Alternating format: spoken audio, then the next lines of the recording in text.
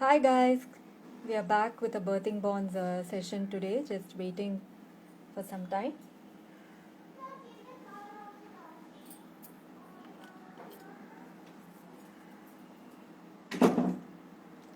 Hi everyone, good afternoon. Hope everyone's having a great afternoon today. We are having a birthing bonds session again. This time it's on mental well-being with Reba Daniel. Hi Manzara, hope you're doing great. Hi Radhika.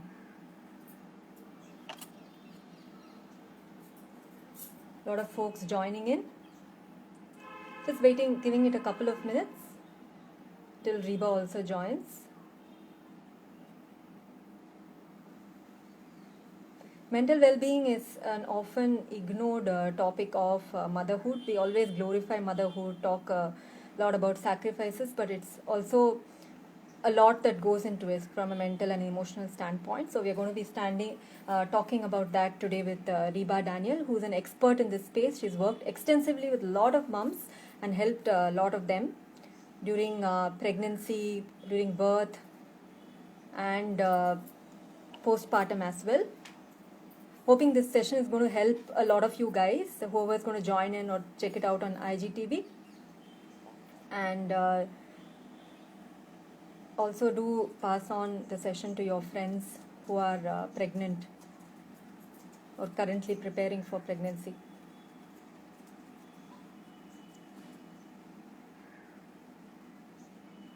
Just waiting for 2 minutes. Hi Reba, I think Reba has joined, so I'm just going to include her.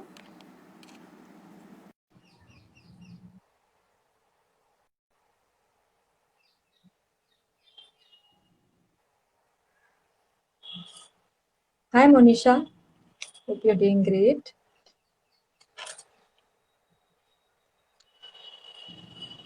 Hi. Hey, hi Reba. Okay. Hi, you can hear me? Yes. Great. Can you hear There's me? no echo, right? Yes. Yes.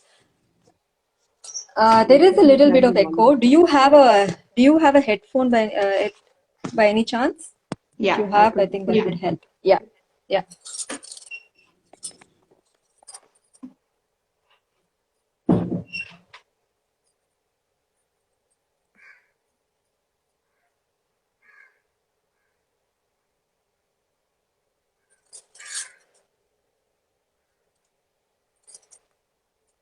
No.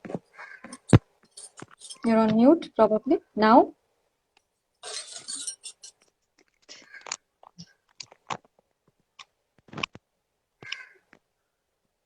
No. No, can't hear you. No, still can't hear you. Do you want to? No?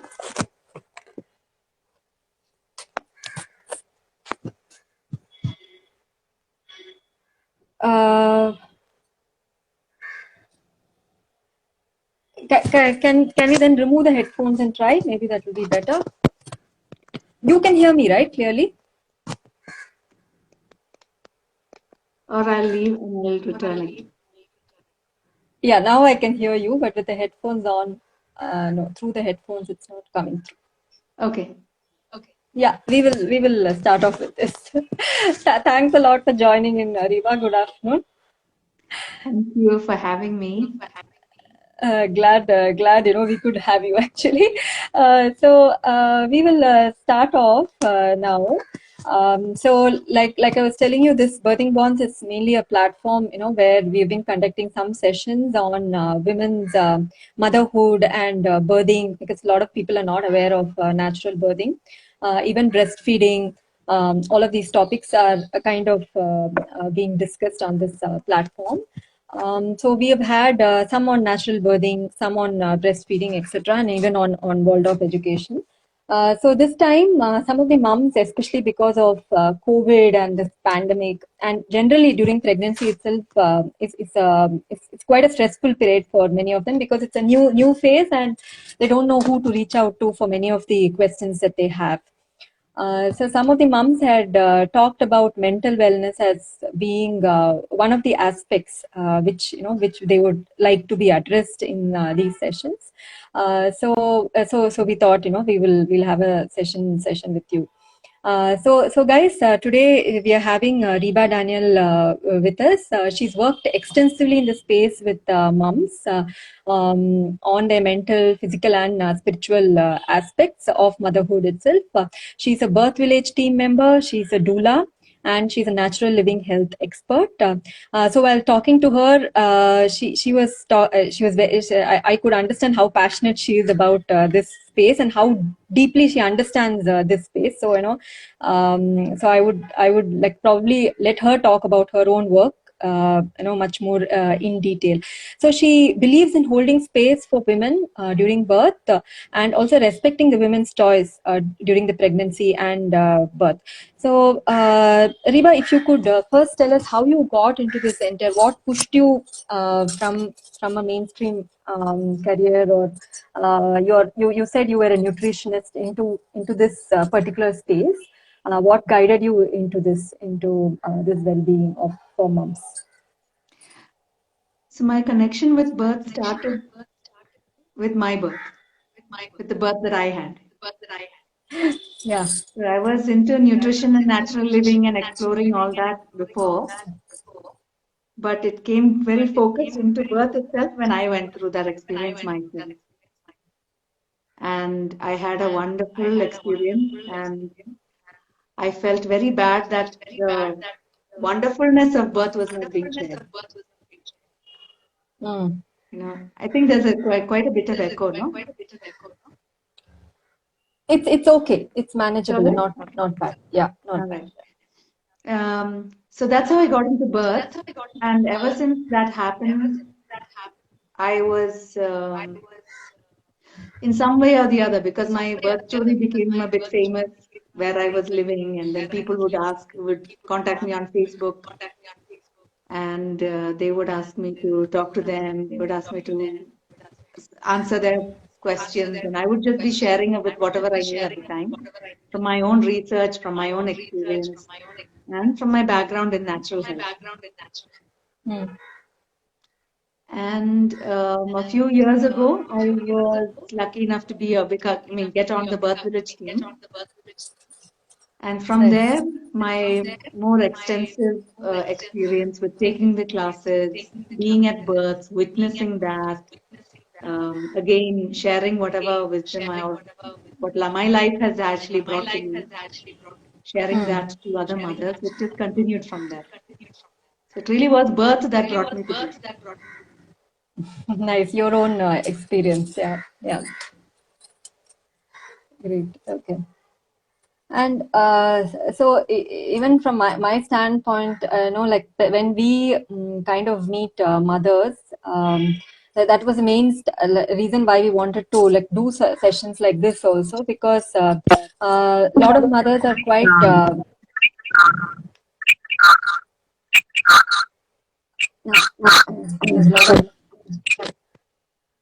there's a lot of echo.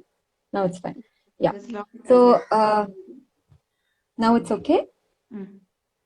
Yeah, for me it's okay. So okay, so a lot of mothers are quite anxious about birth. There is a lot of things mysterious about birth, and probably what they hear in usual mainstream and what they see in movies or hear through mothers is very different.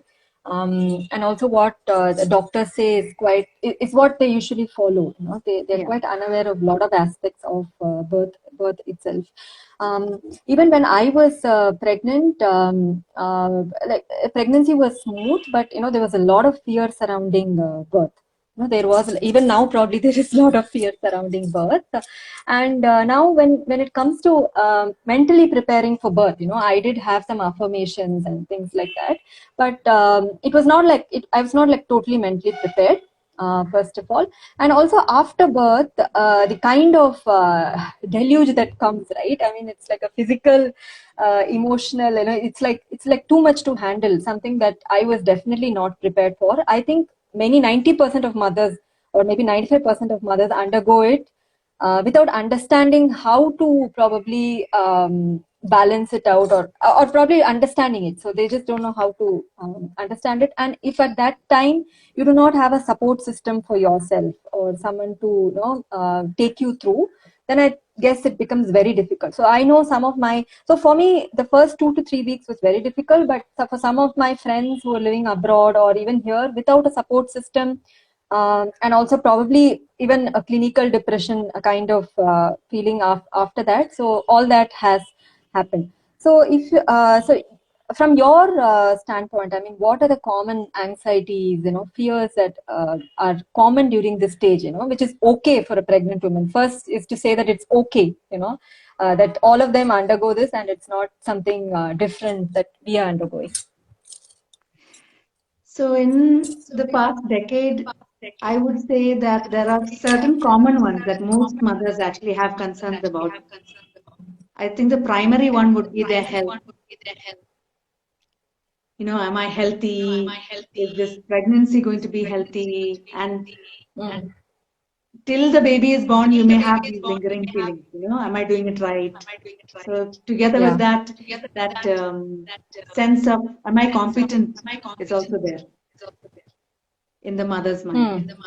Because women are very often, it's very easy for women to feel incompetent. Because that's kind of the mode into which we are groomed to be. Oh, you're not doing it right. You're going to do it wrong. You're going to screw it up anyway. What do you know? These are all the things that women, I mean, I think, everybody carries it, but women, we really feel it when we are pregnant. We feel like, I mean, must be, I hope I don't make a mistake. And, that whole focus on our own competence very much comes in. Right? So that can cause you constant doubt and worry and self-doubt and all that stuff. Right? And then another one that comes is this worry that continues because you're not with the right support person.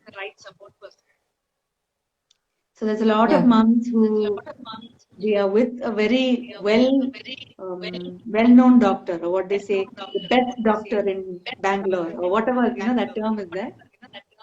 And they don't connect with them. They don't know how to go. There is no relationship there. Yeah. So not having the right support person or not having the right birth care provider for you, that continues a lot of stress and anxiety through the pregnancy because you're always on edge.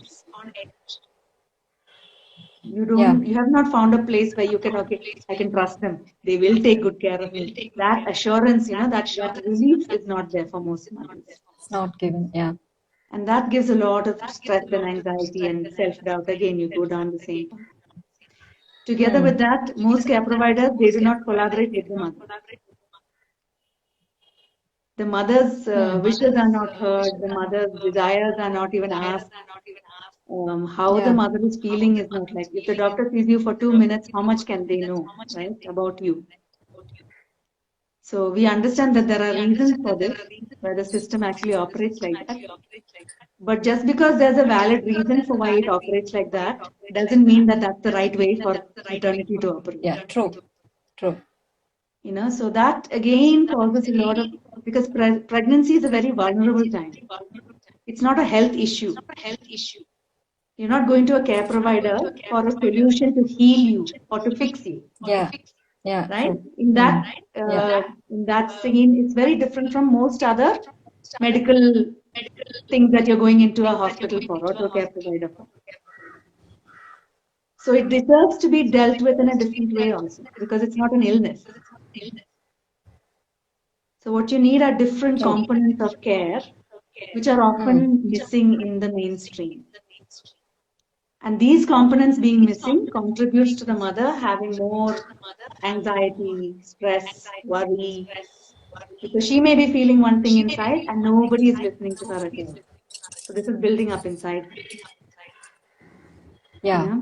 And then the other one that causes a lot of anxiety is the mother not having clarity about, okay, what do I want to do? So she's always like a boat in just stormy waters. Somebody is steering it that way, she's going that way. Somebody is steering it this way, she goes this way. So just having that lack of clarity or lack of that space within yourself itself is a huge reason for that stress to continue. So I would say these are the main four factors that I have seen. Why are mothers having stress and anxiety? Therefore, most of them are from what she's surrounded by, not from inside her. Okay. The fact that she can't discuss these things with in any safe space, Yes. that itself is another issue. And so I'm not sure how many mothers first of all recognize their fears during this phase, and also but and how does it affect them, Reba, like during the pregnancy itself or during the birth, or does this affect the child at all, the unborn child and the child after the child is born, all these fears? So it really depends on what is the level. See, when you're discussing about something mental, because it cannot be measured exactly, it's very difficult to generalize. It will really depend on case to case. Okay. But if we if we look at the general framework, we know that a mother who has stress passes on the stress to the baby. Correct. Because what is the meaning? Like when your body is stressed, your body is secreting a different kind of chemistry. The hormones are different in every human being. It doesn't have to be only in pregnancy. For every person, when you're in stress or when you're facing anxiety, the hormones inside your body are not the ones that actually are promoting calmness and well-being and clarity and all those things. Right? So when a mom is actually stressed, we know that is the environment in which a baby is growing. So we know that what we know from science and studies is that babies who are in a situation of stress, they do not thrive. So they don't grow as well. Yeah. So we know about physical impact.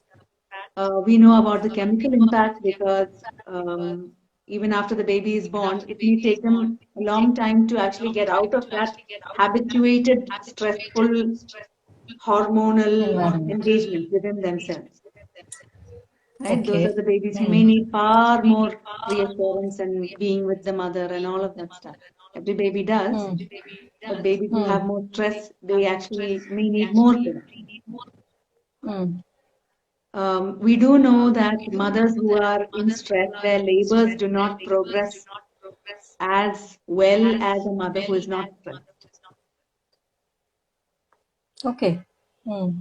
Because when you're stressed, you have a hormone called adrenaline that is foremost in your body. That is the primary player. And for labor to progress well and for birth to actually happen really well, you want the birth hormones, which are very different hormones. They're oxytocin and melatonin, and you want the beta endorphins to come out. And you want these ones to be in the forefront. To help so when adrenaline is at the forefront, the real players in the scene don't have a stage to play on. They are not welcome there. They're pushed away. Right? So you have more shallow breathing because of the anxiety. You have less oxygen going into the body. You have more adrenaline building up. Because of all this, you can have a labor that is slowing down, not progressing as well. You can have a labor, or in some cases, it goes on in a certain way and then it stalls. It's called, the labor stalls. Because when things get too intense, maybe this mother is now really shutting down. She feels she cannot cope with it. She cannot go ahead with it. These are all mental states. Yeah. These are all things that your mind is telling you, right? So we know that it has an impact on the physical growth of the baby. We know it has an impact on how the labor goes. And most of all, the stress that a mother is feeling or the anxiety she's holding on to will definitely color how she feels, how she experienced that birth.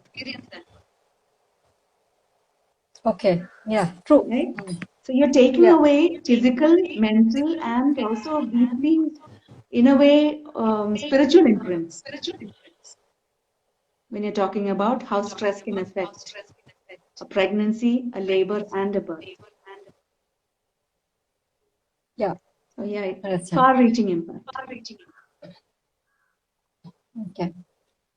So, so when we say these fears are normal, there are two things. One is what what can a mother do generally when some a lady is getting pregnant or she's already pregnant and expecting. So what can a mother do by themselves without reaching out on a normal day-to-day basis to keep herself, in the right mental state and prepare herself? So one is what can they do by themselves, and another is, of course, if there is an issue, if they recognize that it is anxiety that they cannot deal with and they need to reach out. Who can they reach out to, and how can they help? So we can probably address one question after the other. So the first one of what can a mother do on her own? Yes. I would really like to emphasize over here that when a woman is pregnant, it's always helpful for her when you do things as a couple. If you make the baby together, the dad and the mom should be engaged, which all of the aspects of it is something I really believe in. So a lot of fears that the mother is going through, the father or the immediate family has a big role to play in how her fears are alleviated, how her mood is kept up, how she is respected, how she is honored, all of those things. They all impact her mental well-being. Yeah. Yes. So when we say what can she do on her own, I would really like to say that actually it's not to be done on your own. Remember to include immediate family, at least husband, into these things. The very first thing is most of the fears that we have around pregnancy and birth are very simply because we do not have correct information. Yeah. Right? It's like if Totally. you Yeah. were going to travel to a new place, would you even go without a map, without GPS, without anything? Right? Somebody Used along to the way happen told you long these are back. directions you go. You wouldn't do that even Yeah. for a travel, for a journey, right? True. True. Yeah. But this is what is chronically being done in pregnancy, Mm. right? Very few women take the effort to read about it, to educate themselves about it. And I mean information that is not in mainstream. You want a well-rounded, holistic information means you have to go and search for all those places. And there's a lot, like with Yeah. the internet, this is the age of information, we should not be ignorant, So the True. very True. first way, we're talking about mental health, which is actually about the mind. How do we pacify the mind? The mind really likes having proper information. Yes. So Yeah. first and foremost, educate yourself. Go to a very good birth education class. And I would always say, don't go behind big influencers. Okay, they have these many people coming to the class. There's a long queue waiting to go to their class. Let me go to them. It is much better to go to very independent birth workers who are very committed to that space of birth itself and holding that space for women. So classes, awareness, education, nothing can replace that. That is of the primary importance. The Yeah. second area where women can help themselves would be to ensure you have good nutrition. When we talk about mental health, I'm still quite appalled that we don't talk about nutrition as being one of the primary components of mental health also. Just like physical health, so many things about our mental well-being are linked to what are we nourishing ourselves. So when we go to that, there are many types of nourishment. Of course, there is food, and we need lots of sunshine. Like sunshine is found to be the most important factor in even mental well-being. And we, in our generation, we spend time running away from the sun. Or blocking it, even if you're on it. Yeah, yeah. And this is the star of our planet. This is what nourishes every living thing, and we want to hide away, right? We want to be well. Yeah. So sunshine is a very underrated thing that is freely available and abundantly available to us. So there is nourishment through food, there is nourishment through nature, being outside, grounding ourselves. All these things work with our bodies in ways that now science is beginning to catch up with, right? Then there is inner nourishment. What is, especially in pregnancy, it gets very important. What is my trust with the divine? Where am I connecting? What is my trust based on? You know, when I feel completely lost, what is it that's going to anchor me? Right? So we have inner nourishment that's required. And then we have cellular nourishment, like who are the people who are going to be surrounding me? Am I going to be around good feelings, good evenings, friends coming together? These are all important nourishing elements in pregnancy and in postpartum. Right? So these are all things that as a couple or personally, you can actually work towards having. Each of them will require work and you have to think about, it's a big topic on its own, but to put it shortly, this is what I would say a woman can do on her own. These are the practical, physical things.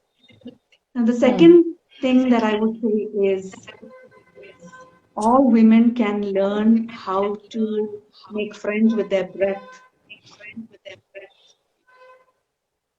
Just the breath is so huge in helping us to calm down. Once we are calm, we can actually think through things. I think one of the reasons that urban people are so stressed is because we don't know how to, once we are racing down the pathway of stress, we don't have any tools or techniques to put the brakes on and take a pause. We don't know how to do that. Right? So if we can learn a technique that helps us to recognize, okay, I'm going a bit crazy right now. I need to just take a pause. I need to take 3 deep breaths and collect myself. Learning to do something like that is extremely helpful, and it's something that you can do on your own. Yeah. And then I would say any kind of regular meditative practice. That is something you can definitely do on your own, which is of immense help to the individual. And especially when you're pregnant, you can actually get used to that meditative practice. You can even start to hear what the baby is saying. You know, you can get a lot of inner clarity, guidance, confidence once you connect to your inner voice. So meditative practice can be any type, like it can be actually sitting in meditation or lying down and meditating every day. It could be gardening every day in silence where you are with yourself in your garden only for an hour, if that's what you like. For some, it can be something like when you do things with attention and you're doing things with your hands, it ends up being very meditative. So embroidery, knitting, drawing, coloring, painting. these all bring you back to that space of silence where then you get used to having that gap for yourself. These are all things you can do. Plus taking walks. Walks are very underrated. And taking a walk by yourself without taking your phone. That's very important. That's a tough thing for many people. Yeah. It actually forces you to be with yourself, which means that it forces you to engage with yourself. And that's where a lot of your answers will come from. Yeah. These are like the practical things I could think of daily where you can do it. That's nice. That's a very exhaustive list, actually, something that everyone can. I guess it is something that you should be doing in everyday life, most of what you said, but it's very much needed when you're pregnant to connect to yourself and get that space and a calm space around you. Yeah. That's nice. And yeah, and we all will take just a moment to take a deep breath Yes.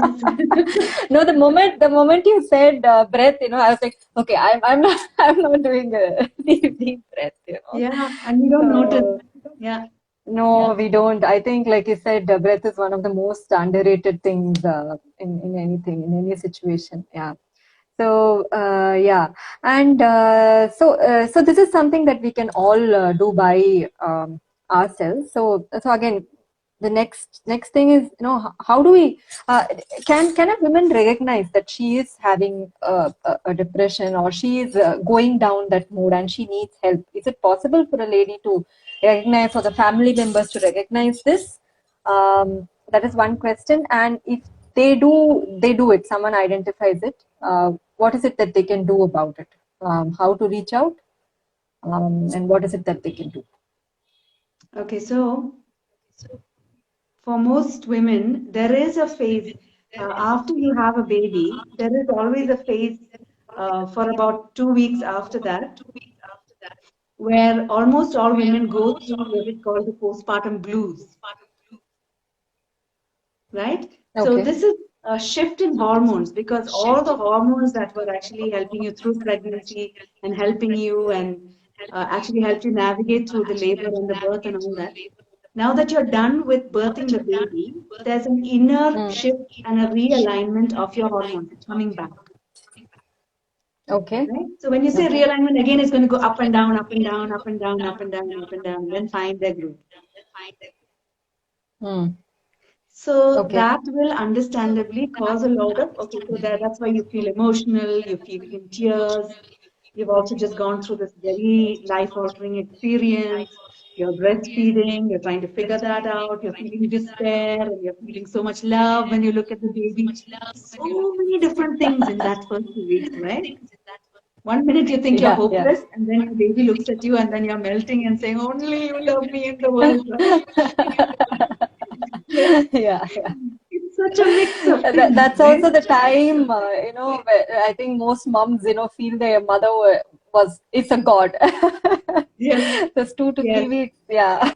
yes, I also cried to my mom saying that you are the best. That's the time you recognize that.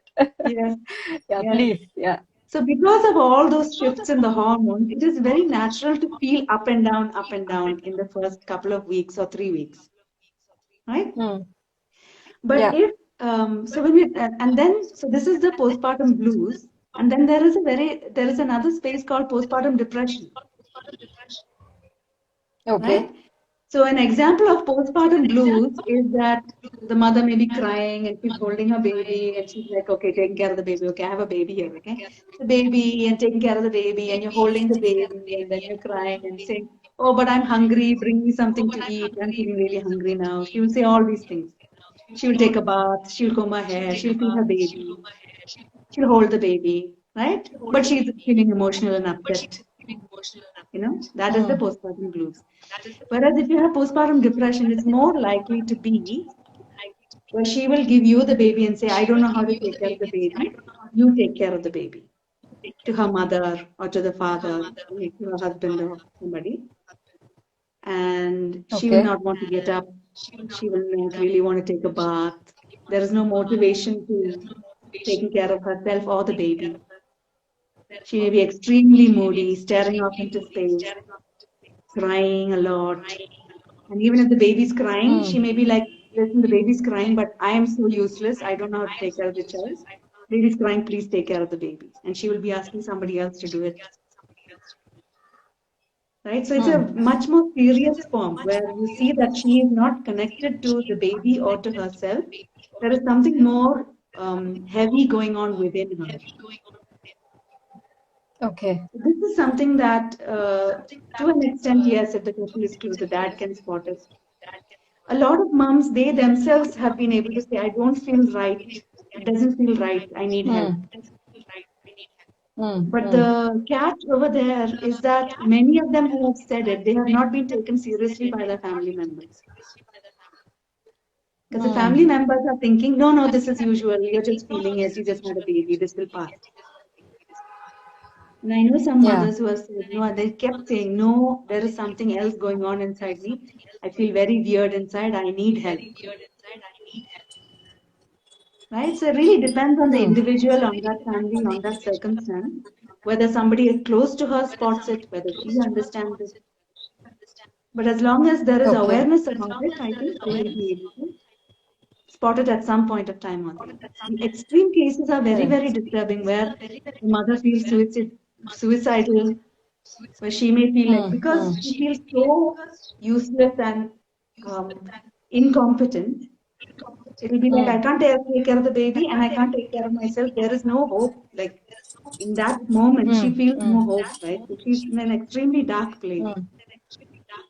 So having a safe space where mothers can even articulate this without feeling like they're bad mothers, that is very important.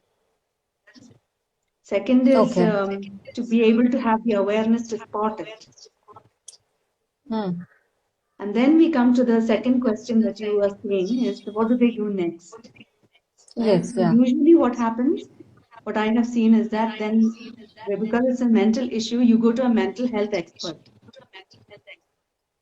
But the gap that I found, you know, depending on how well they know about it, they'll either take them to a psychologist or a psychiatrist or some kind of a counselor, right? Because it is correctly identified as a mental health issue. But the problem that I have personally witnessed and what I really think is, when a mental health comes from a birth phase, it is somebody who understands birth and women who is more equipped to handle this more effectively. Yeah. Because I have worked with mothers who have experienced this and then they've gone to the psychiatrist, they're given prescriptions, they become hazy, they don't know what is, they can just feel that it's not working, they stop taking the medication, they reach out for help, we talk about it, and slowly they start to figure it out. Because this is not clinical depression in its essence. Postpartum depression is very connected to the womb, to that birth experience that she had, to how to the support system that she's surrounded by, to her feelings about herself. So if you're taking birth itself out of the equation, just a mental health professional, every mental health professional may not be the right fit for a postpartum mother. Understand. So there is a gap there. So go to a good mental health professional, but always try and find a birth worker or a birth professional also who understands where she's coming from. You know, and also pay attention to nutrition. I cannot, you know, stress this important. All of the nutrition. A lot of times the mother has very poor emotional nutrition after the baby is born. Nobody's celebrating her and telling her how amazing she was and she's done it for 10 months, and nobody's giving her emotional nourishment. Everybody is surrounding the baby, thinking about the baby, talking about the baby. And mothers are usually struggling with breastfeeding. Body is aching, she's not able to sleep. If she's had a C-section, the scar is probably hurting. If she had an episiotomy, that is hurting. So the body is in so much trauma itself, and there is no emotional, spiritual nourishment. And she's going downhill day by day, you know. So it's really about the spaces around how are we nourishing our mothers? Yeah. We want mothers to nourish us without us nourishing the mother. It's a very deep and complex thing. But solutions are always what we love about the body and about also wellness. Once you figure out the solution, if you start the solution, right, recovery is usually very rapid. Because we want to be well, we want to be happy, we want to be balanced. So we can figure out our solutions towards that. Great. Okay. So yeah, some of the like when they do reach out to a birth worker for such mental wellness. One thing you said was nutrition, that aspect that probably they would be addressing. And also from the mental standpoint, it will be more of a meditation or some kind of techniques, sessions that will be used to solve it, isn't it? Over a period Yeah. of time. Yes. Okay. Nice. Okay. And so I think so yeah, I think it's very important. Like that's what there's just the pressure of being in a new mom itself is it's high. Okay, so if they can recognize it, it would be great. And from your experience, Riba, so what are the kind of how do they reach out to this network? Like you said, usually they would reach out to a mental health professional. I know that there is Bangalore Birth Network. There is one in Coimbatore, one in Cochin, which are very active. How can mothers reach out? So, do they reach out to these birth networks, or are there some specific organizations that they can reach out to? So far as I know, the best database is in Birth India. There is an organization, it's an Birth NGO called India, is Birth it? India. And Birth India Okay. has a huge database of birth professionals in every city as Okay. far as they exist, right? So the most comprehensive list you will probably find there. Mm-hmm. Second option would be to connect with their own respective. So Coimbatore has a very thriving parenting network. Bangalore has a Yeah. birth network. Kerala has, Mumbai has, Chandigarh has, and several other cities they have a birth network. Pune has. Oh, nice. Okay. So if we go through a birth network, we might find also a birth professional. But Birth India has all of these people inside it. Hmm. So there's a Okay. database there. So, Birth India is a Second website, thing, is it? It's a they have a website, yeah, okay. birthindia.org. Okay. And the second way would be to, I think there's a lot of birth workers on Instagram, and also there may be mental health professionals that we don't know. Like there may be excellent mental health professionals who know this. It's just that I have not met any, right? Correct. Yeah. Always for Yeah. me, the best way to find a good practitioner is to ask another mother, Hmm. to ask in mothers groups. Yeah. Yeah. Because a woman who's gone through it will always be able to give you information and data and support for a similar thing that she also may have gone through. Hmm. So that would be the Okay. next thing. Because the birth Okay. centers that we have are very focused towards the midwifery itself. You know, those teams are just so overworked on themselves that there's no space for that mental health in, Hmm. the birth space. Hmm. There are several counselors, slowly they're coming up, they're working with trauma, they're working with things, but they're all birth workers. So if you go, Chennai has a birth network. Okay. Yeah. Hmm. So I would say, yeah, go through these. Also, if you have a very good care provider and she recommends or he recommends somebody, give them a shot. But my Hmm. bottom line to mothers always is whoever is you are going to as a care provider, see if you like them. You know, if I resonate with that person, then we can collaborate to a good outcome. If that person is not ready to work with me, or he's just dictating things, or she is just dictating things to me, then it's not a collaborative process. And if I were Yeah. to get well, only if I can collaborate will it actually be more effective for my own wellness. True. You know, especially when it comes to the mind. So, yeah. I think Another community not is so very often important. spoken about modality that actually does help is homeopathy. Hmm. A lot of energetic medicine, any medical um, or any wellness modality that acknowledges energy work will be effective for different individuals.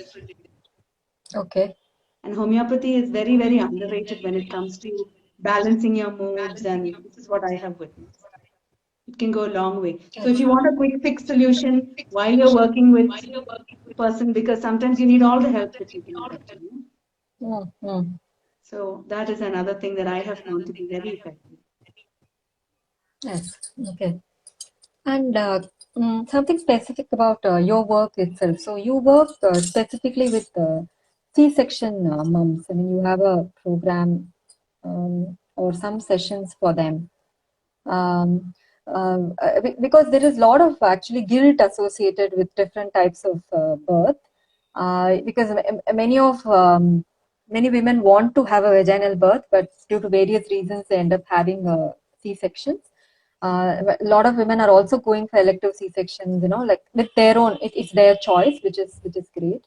But if you could also tell us, what is the aspect that you address with these moms? Is it again the guilt feeling, or is it? It is, so what I do is I have this module called Heal the Scar, which actually came in a way to, it's not just the guilt, it's just they are confused, they are traumatized, they are feeling like their bodies were just used. So it's really trauma recovery work. And guilt is one part of it. Yeah. Because a mother who feels traumatized by her C-section, it's because of how she mentally experienced it. Because there are mothers who experience a very similar C-section and they're not carrying any burden of it. Right? So it's really very subjective about how did she experience it. So if it is a woman who wanted a vaginal birth, or who was denied that for not a good medical reason, she carries it differently. If it is a woman who needed a C-section but nothing was communicated to her and she feels so oppressed, she did not know what is happening. She was alone and confused and then she was just taken in and had a surgery done. She carries it differently. If it's a woman who knew that it was progressing well but who felt rushed and the decision for a C-section was definitely to the advantage of the care provider, and she knows it. And instead of asking her consent, only the husband's consent was taken. Then that mother carries it very differently. So it is all of those spaces of having experienced different kinds of trauma related to that C-section. So because it is so many women, there's always these commonalities that you find, and I work primarily with those common areas. And for most of the women, one or two or more of those common areas are the things that give them the trauma. So I kind of help them to see what it was. With some mothers, they really want to debrief and they want to go over their birth. And then we sit and talk about it and say, okay, this was what it is. And then I will just give them the scientific data and say that, okay, when it was this situation, this is what a good care provider would have probably opted for this. And almost always the mother says, I knew it. I knew that one thing was not the time for that thing to happen. It's very uncanny how a woman's intuition and her memories and they all zone in on what is really the point. So I help them to kind of decipher what happened.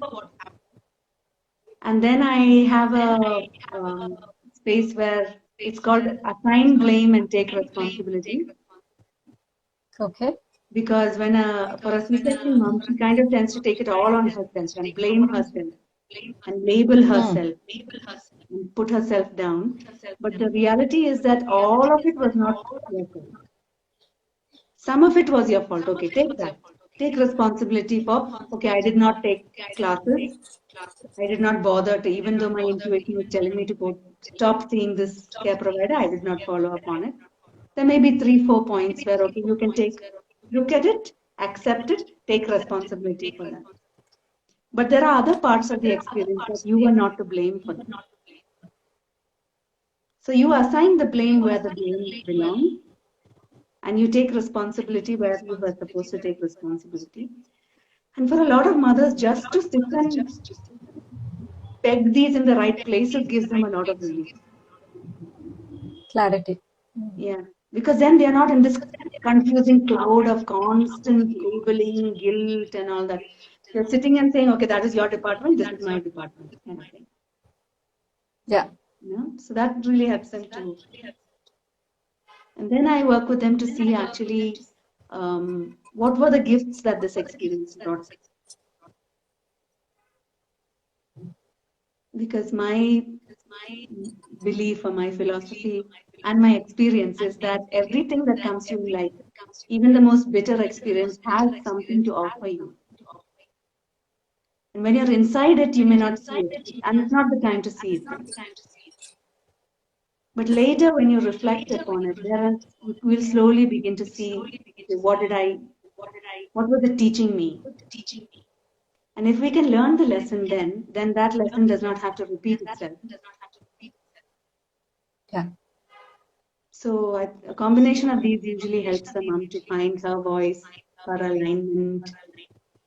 Also, it helps a lot of moms. Some of them have not spoken to their husbands about the anger that they felt over the decisions made. So it spills over into the marriage.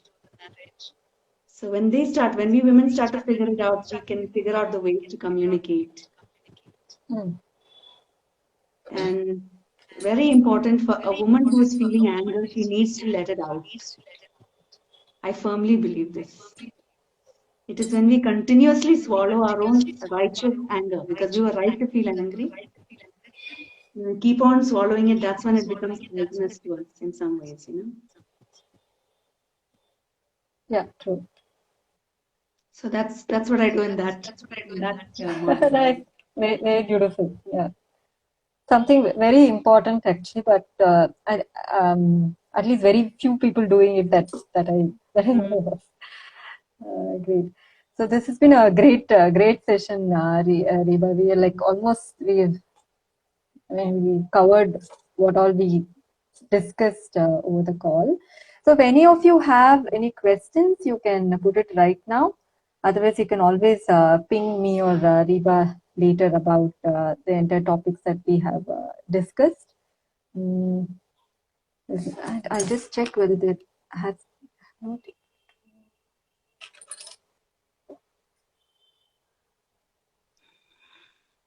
And in the meantime, everybody take a breath. Yeah, much needed.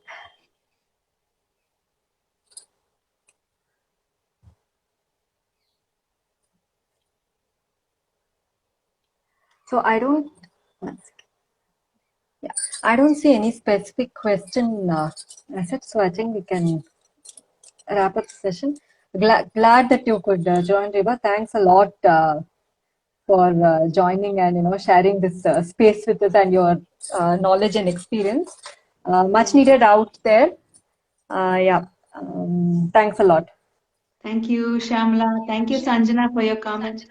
I look forward to meeting you in person. We're in the same city and I didn't realize it. Where do you stay, Reba? I stay in Sarjapura. Oh, okay. Yeah. Okay, great. Looking forward to meet you also sometime. Yes. Yeah. Thank you so Thanks a much. lot, Reba. Thank you. Bye. See you. Bye.